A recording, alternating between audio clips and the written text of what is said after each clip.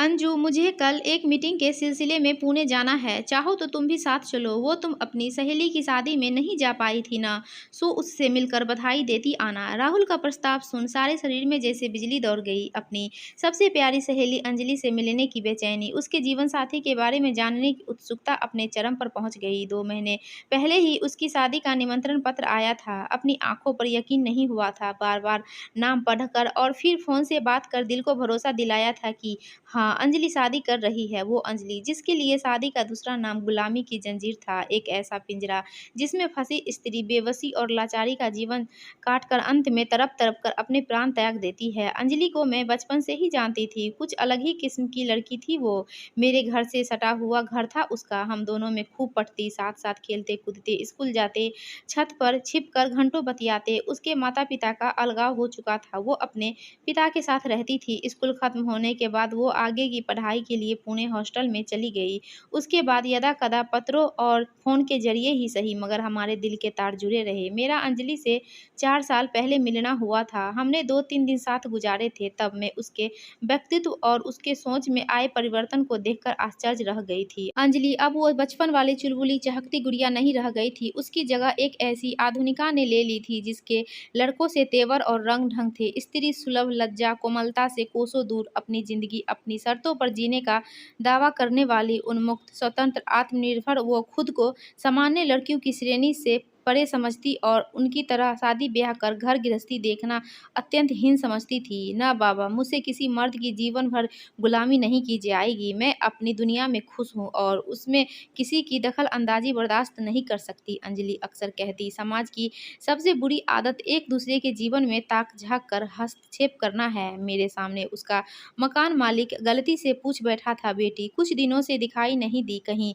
बाहर गई थी क्या? बस अंजलि भड़क गई। देखा ना किस कदर रोक-टोक की आदत है इन लोगों को। मैं कहीं भी जाऊँ आऊँ, जीऊँ या मरूँ, किसी को क्या?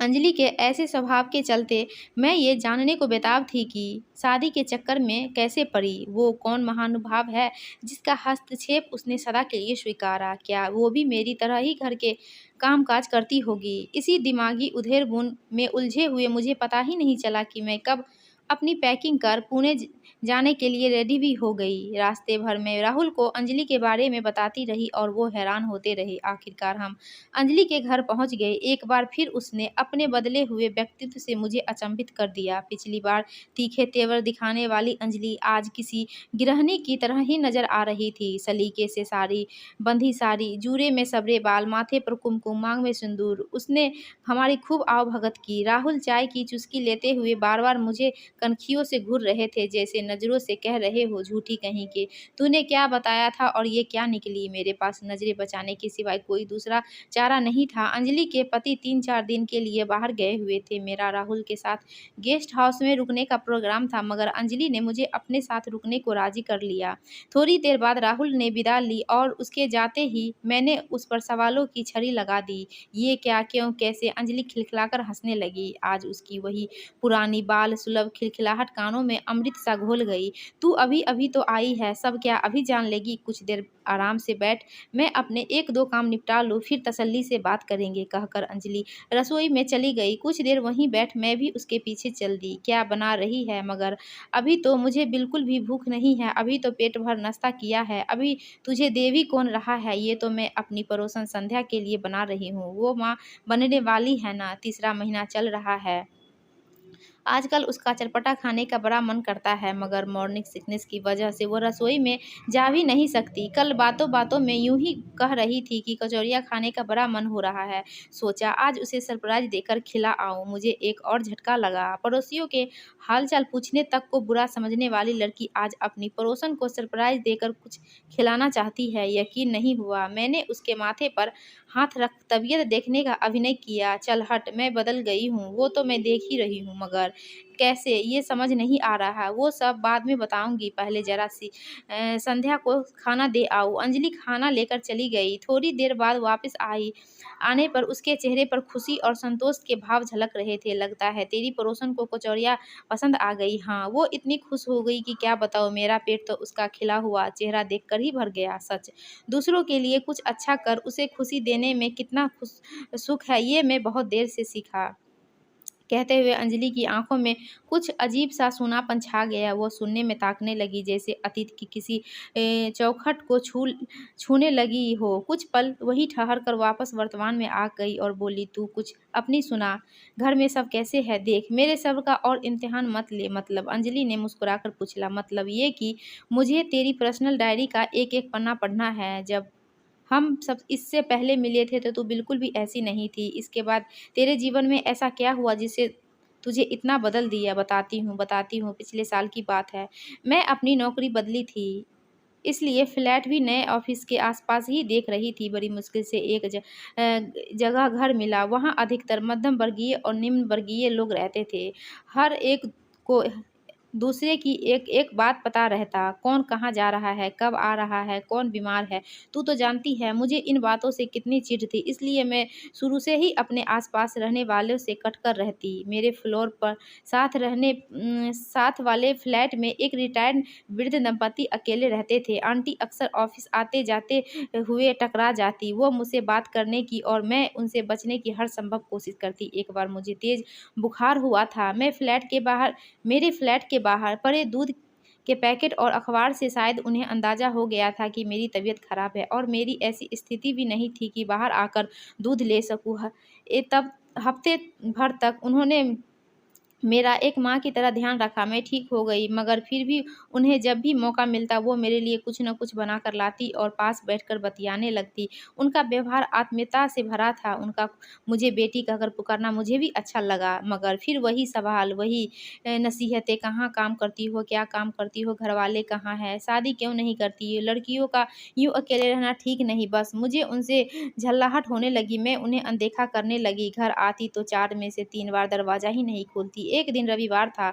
मैं सुबह आराम से बैठी अखबार पढ़ रही थी, तभी दरवाजे पर दस्तक होने लगी। मैं समझ गई कि आंटी ही होगी और सुबह-सुबह कौन उनके साथ अपना वक़्त बर्बाद करे। सोचकर मैंने दरवाज़ा नहीं खोला। कुछ देर दस्तक देकर वो चली गई और मैं भी इन बात को भूल गई। शाम को मैं कहीं बाहर जा रही थी, तभी हमारी बिल्डिंग के वॉचमैन ने मुझे देखकर पूछा, मैडम, वो आपके साथ वाले फ्लैट के साहब का क्या हाल है? क्यों, क्या हुआ? मैंने उन्हें घबराकर पूछा, आपको नहीं पता? उन्हें सुबह हार्ट अटैक आया था। बड़ी बुरी हालत में हॉस्पिटल गए। मछली की तरह तड़प रहे थे। लगता था जैसे अंतिम सांस ले रहे हो। पता नहीं बचे भी या नहीं। मुझे लगा आप पड़ोस में रहती हैं, शायद आपको पता हो। सुनकर मेरे पैरों तले ज़मीन खिसक गई। ओह! शायद आंटी उस वक़्त मेरी मदद लेने, और मैंने दरवाज़ा भी नहीं खोला। अपने स्वार्थी कृत्य पर मेरी अंतरात्मा मुझे धिक्कारने लगी। इधर-उधर पूछ-ताछ कर बड़ी मुश्किल से उनके हॉस्पिटल का पता चला। मैं वहाँ भागी-भागी पहुँची तो देखा अंकल का देहांत हो चुका था। आंटी एकदम अकेली असहाय सी अंकल के पार्थिव शरीर के पास बैठी थी। मुझे आंटी ने जिस नज़र से देखा वो मैं अभी भी नहीं भूल सकती। आंटी को हॉस्पिटल के फॉर्मेलिटीज़ समझ नहीं आ रही थी। मैंने ही उनका सब निपटाया। उनकी अपनी कोई संतान नहीं थी। किसी नाते रिश्तेदार को भी बुलाने से मना कर दिया। कहने लगी, जब जीते जी किसी ने नहीं पूछा तो उनकी मौत पर क्यों किसी का एहसान लूँ। अंकल का दाह संस्कार विद्युत दाह गृह में कर दिया गया। अपने दिल पर गुनाह का बोझ लिए मैं हफ्ते भर उनके साथ रही और उनकी देखभाल की। बातों बातों में उन्होंने मुझे बताया, जब तेरे अंकल को हार्ट अटैक आया था तब दुर्भाग्य से हमारा फ़ोन भी खराब हो गया था। मैं तेरे दरवाजे पर सहायता मांगने आई थी। सोचा था अगर तू अपनी कार में जल्दी से उन्हें हॉस्पिटल पहुंचा दे या फ़ोन करके एम्बुलेंस ही बुलवा दे, मगर मेरा दुर्भाग्य तू भी घर पर नहीं थी। बाहर से फ़ोन करके ही और उन्हें हॉस्पिटल ले जाने में हुई कुछ मिनटों की देरी ने उनके प्राण ले लिए। डॉक्टर कह रहे थे कि अगर 10 मिनट पहले आए होते तो भी बच सकते थे। खैर, नियति को कौन टाल सकता है भला। मैं उनसे क्या कहती, कैसे बताती कि उस दर्दनाक घड़ी में मैं घर पर ही थी, मगर अपने क्षणिक स्वार्थ के कारण मैंने दरवाज़ा नहीं खोला और उनके सुहाग को मौत के मुँह में धकेल दिया। अंजलि फुट-फुट कर रोने लगी। उसकी आप बीती सुन मैं भी अपने आँसू नहीं रोक पाई। क्या बताऊँ, आज तक अपने कंधे पर उस गुनाह का बोझ ढो रही हूँ। आंटी जब तक मेरे पड़ोस में रही मुझे अपना सबसे बड़ा हितैषी समझती रही और मैंने उनका सब कुछ छीन लिया। ऐसा मत बोल अंजलि, तुझे क्या पता था कि वो किस मुसीबत में है। इसी बात का तो दुःख है अंजू। मुसीबत पहले से बताकर तो नहीं आती, और जब वो मुझे अपना समझ सहायता लेने आई तो मैंने उन्हें खुद तक पहुँचने का मौका तक नहीं दिया। उस दिन के बाद वो कभी मेरे घर नहीं आई। मेरे दरवाजे पर उनका वो अंतिम दस्तक आज भी मेरे कानों में गूंजती है। उस दस्तक ने मेरे जीवन के प्रति नज़रिया ही बदल दिया। जिन सामाजिक मूल्यों की मैं खिल्लियाँ उड़ाती थी, उनका गहन अर्थ समझ आ गया। धीरे-धीरे मैं अपने आस-पास के लोगों को सम्मान की दृष्टि से देखना शुरू किया और पाया कि एक दूसरे के सुख-दुख बाँटने से, एक दूसरे के काम आने से कितना रस घुल जाता है जीवन में। उन्हीं दिनों मेरी मुलाकात प्रेम से हुई। मेरे ऑफ़िस में उनकी नई पोस्टिंग थी। वो शक्ल-सूरत, रंग-ढंग से साधारण थे, मगर उनके ऊँचे विचारों और सहायता जैसे गुणों ने मुझे बेहद प्रभावित किया। हम करीब आए और फिर हमने शादी कर ली। आज मैं अपनी गृहस्थी और अपने समाज में बेहद सुखी हूँ, मगर आंटी की उस अंतिम दस्तक की फाँस दिल में कुछ ऐसी चुभी है कि निकाले नहीं निकली। मैंने अंजलि के हाथों को थाम लिया। ये 3-4 दिन कैसे निकले पता ही नहीं चला। हमने जी भर बातें की, अपने खट्टे-मीठे अनुभव बाँटे, मगर अंजलि के दिल में चुभी वो फाँस मैं भी नहीं निकाल पाई।